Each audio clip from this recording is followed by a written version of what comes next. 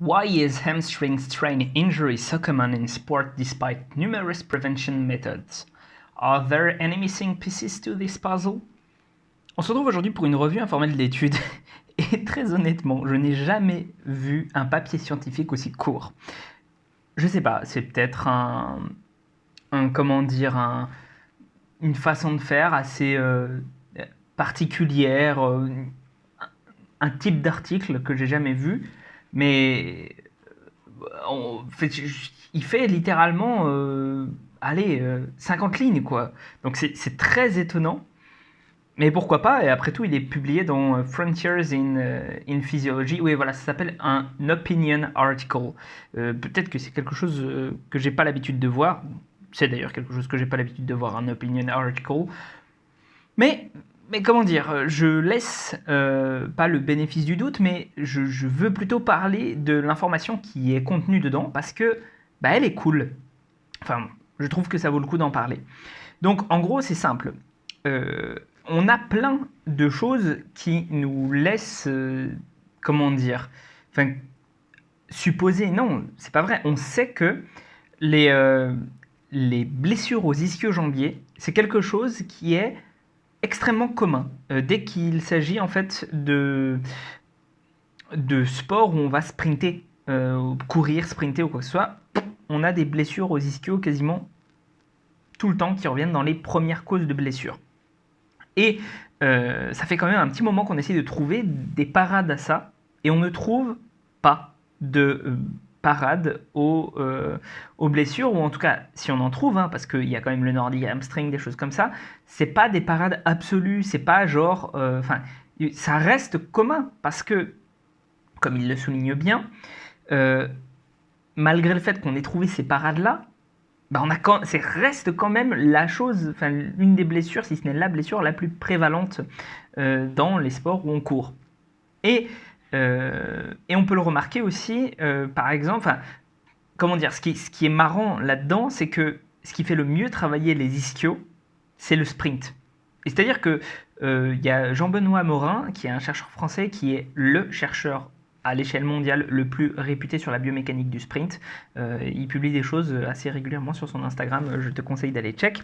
Et du coup, qui avait supervisé l'étude d'une de ses étudiantes, en doctorat du coup, et qui avait en fait testé différents... il s'appelait Le Prince, comme ça tu sauras.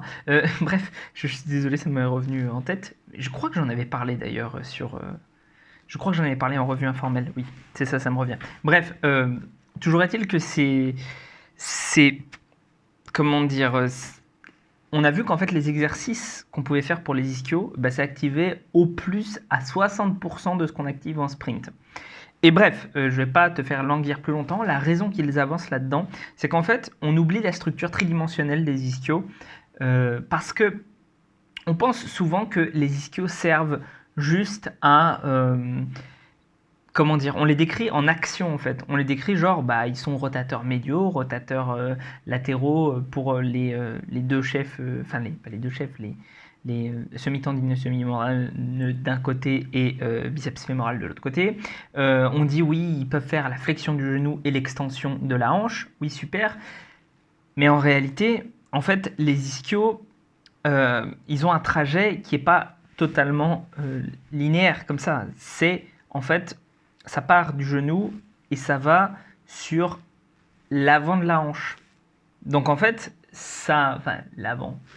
C'est pas vraiment l'avant, c'est l'arrière, mais c'est comment dire, c'est plus, ça part vraiment vers l'avant en fait, ça part de l'arrière du genou vers l'avant, on va dire en haut.